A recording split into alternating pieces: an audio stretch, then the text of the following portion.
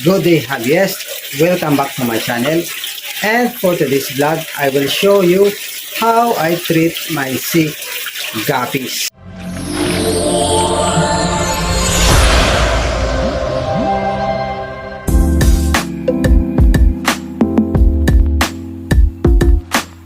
On this tab here is my new albino fall red guppy.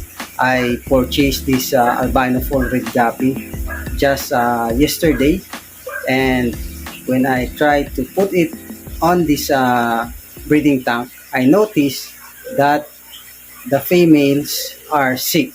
So now we are going to treat this albino fall red guppy in my hospital tank.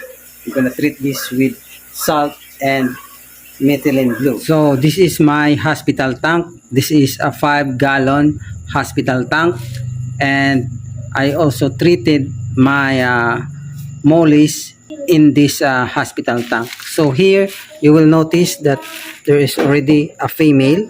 So this female got sick first. So I noticed that this female is sick. So I put her on this hospital tank first. In setting up your hospital tank, I suggest you make it very simple. You make bare bottom tank, and you have your sponge filter with aeration. So you can have a much more bigger tank than mine. So mine is only a 5-gallon tank. You can have 10 gallons, 20 gallons, but same setup with this 5-gallon tank. And now we are going to transfer this pair of albino full red into my hospital tank.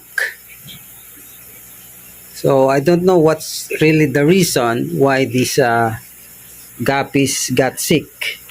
So when I bought them, they are healthy, but when I transferred them into this breeding tank, I noticed that they got sick. So this is also one of the risks of buying expensive guppies and also buying imported guppies.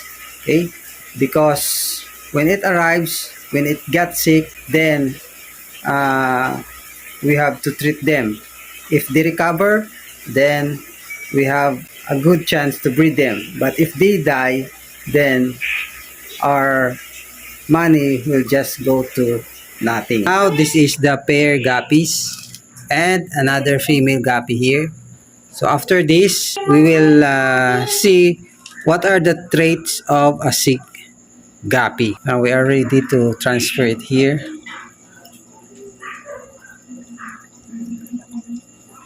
Here they are in my hospital tank.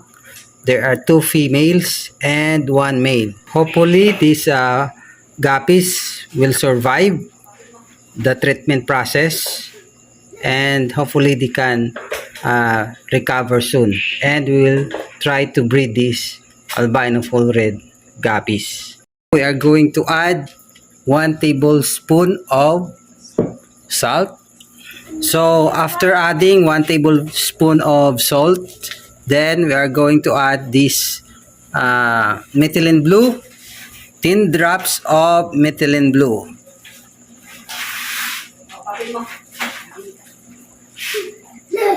So the treatment duration is 7 days, 25% water change, once a day feeding, and adding methylene blue for 7 days, and also adding a tablespoon of salt also for 7 days. If you have any question or suggestion in treating sick guppies, just comment it down below this video.